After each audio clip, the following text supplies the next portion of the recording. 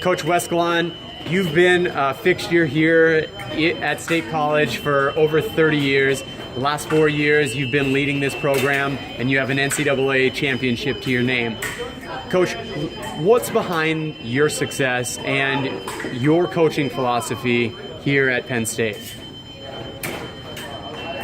I mean,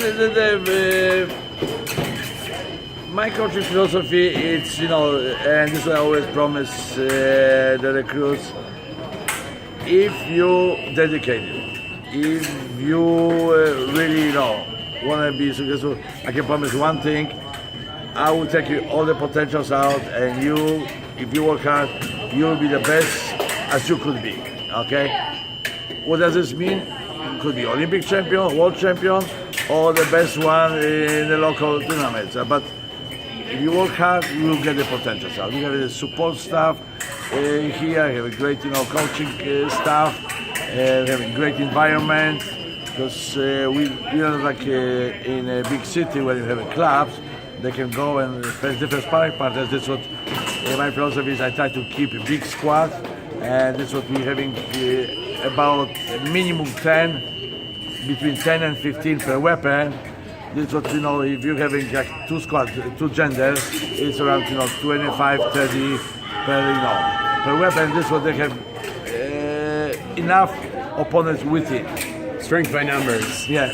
So with that commitment or dedication from the athlete themselves, in what areas do you feel you can best develop them? Because we've seen many athletes from Penn State go on to make Olympic teams, as you mentioned, and others still that win multiple NCAA All-Americans and even national titles. So where do you feel you can help those athletes who are most committed? I think, to develop the winning attitude, okay? And I don't, many times, they say, oh, coach, a bit more positive. I say, no, I cannot lie to you, because if I do, you say yourself, hey, I know this was better result. Okay, I'm just naming it as it is. If you do well, you definitely will prize, okay, from the team. If you don't, I would say, I'm sorry, go back to the drawing board, but this wasn't good. This wasn't good. And by then realizing that, we are aiming in the top, okay? If you taking as a 10th place in which tournament, then I won't tell you you did well, okay? Which I think this is they understand, and they become the same. They know when it's good results, when it's not, okay? They know when they perform well, they'll be prized. If they don't perform, they themselves are critical, okay? And this creates kind of attitude of winning attitude, okay? I'm not going to kill myself like, if I lost, 10 bouts and won 2 bouts, that was good performance. Now, in a previous interview, you also talked about, the success and tradition of success in both foil and saber here at Penn State. I don't want to leave out Epee, because we're having great Epee. Of course, okay? Jesse Radonovich takes home a national title last year. Jimmy Moody making a senior national team. Kasia Czupek be on Olympic team.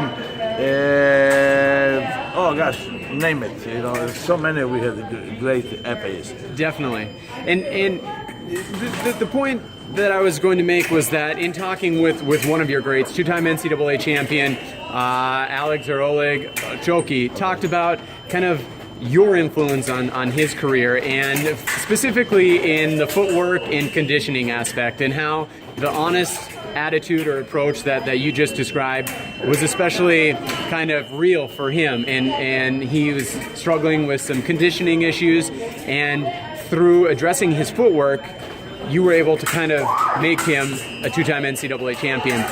Now in your squads here in this generation of fencers, is it still through conditioning and footwork that you focus on, or are you also addressing specific tactical and technical things? First of all, I definitely stress a lot, physical aspect. And we do a lot of the first semester, fall semester, where we work so hard physically, they besides what we do with them from a coaching perspective, we do have outside coach, the strength coach, okay, and many of them even do besides group work, they do individual workout, and many of them I can see like I'm getting freshmen, and few of them cannot do more than 3 push-ups, okay. By the end of the first semester at school, they easily do 20, 30, 40 push-ups, okay? The push-ups are not a factor anymore. This is what, sit-ups and so on, okay?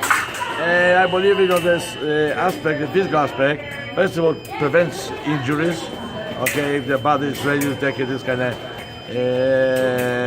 heavy training, and also helps develop, the strategy and technique, because, once you're not out of breath, you can focus on the technique better, okay? Rather than you have a good idea, but you cannot execute because you don't have enough strength. Definitely. So honesty and hard work are at the core of Coach Glon's philosophy. Yep, that's for sure. I believe in hard work. All right, Coach. Well, we're excited to see that play out again here in your 32nd season. Yeah. All right. Thank you. Thank you.